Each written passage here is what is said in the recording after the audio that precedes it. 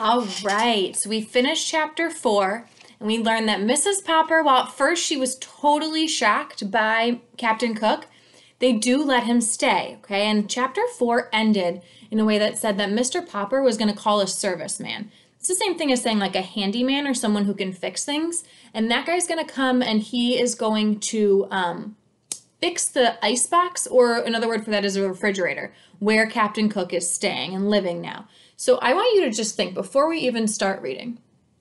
If you were a handyman and you got called to go fix the refrigerator, and you show up at these people's home and they tell you that you need to fix the refrigerator so that their pet penguin can live in it, what would you be thinking? What would be going on in your head? Okay, let's read and let's see what happens here. This chapter, chapter 5, is called Troubles with a Penguin. The next day was quite eventful at 432 Proudfoot Avenue.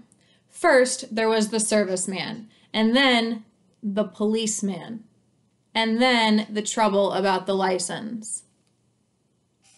Captain Cook was in the children's room watching Janie and Bill put together a jigsaw puzzle on the floor. He was very good about not disturbing the pieces after Bill had spanked him for eating one. He did not hear the refrigerator serviceman come to the back door. Mrs. Popper had gone marketing for canned shrimp for the penguin, so Mr. Popper was alone in the kitchen to explain to the serviceman what he wanted done to the refrigerator. The serviceman put his tool bag down on the kitchen floor, and he looked at the refrigerator and then at Mr. Popper, who, to tell you the truth, had not shaved yet and looked very untidy. "Mister," he said, "you don't need holes in the door." "It's my icebox, and I want some holes in the door," said Mr. Popper. They argued about it for quite a while. Mr. Popper knew that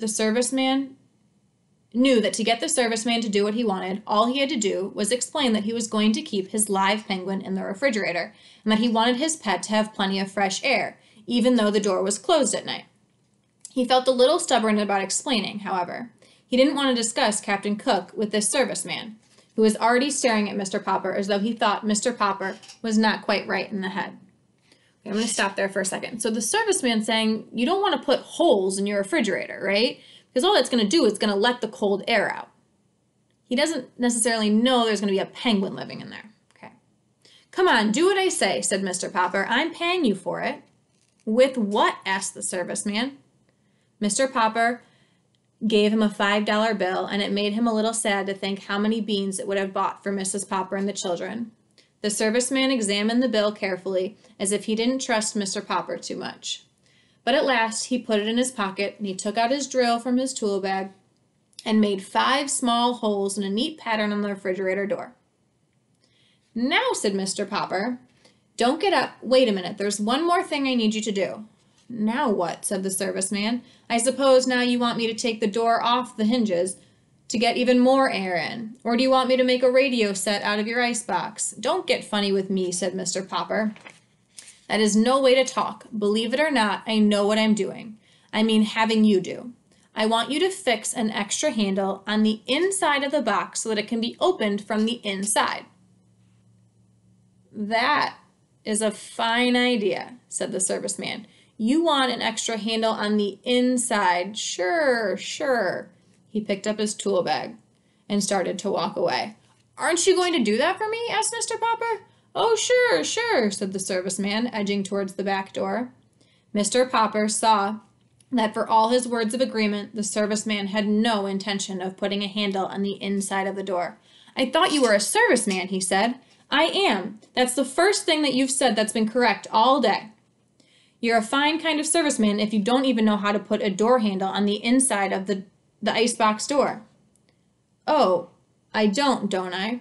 Don't think I don't know how to do it. As far as that goes, I've even got a spare handle in my tool bag and plenty of screws.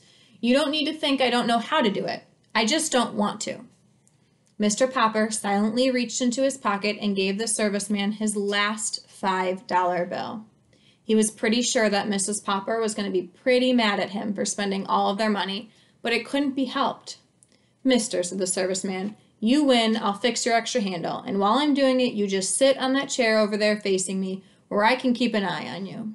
"Fair enough," said Mr. Popper, sitting down. The serviceman was sitting on the floor, putting in the final screws that held the new handle in place, when the Penguin came into the kitchen on his silent pink feet. Surprised at seeing a strange man sitting on the floor, Captain Cook quietly walked over and began to peck curiously. But the serviceman was even more surprised than Captain Cook. "Ork!" said the Penguin, or perhaps it was the serviceman. Mr. Popper was not quite sure what happened when he picked up himself and his chair a moment later. There had been a shower of tools flying all over the place, a violent slamming of the door, and the serviceman ran out and was gone.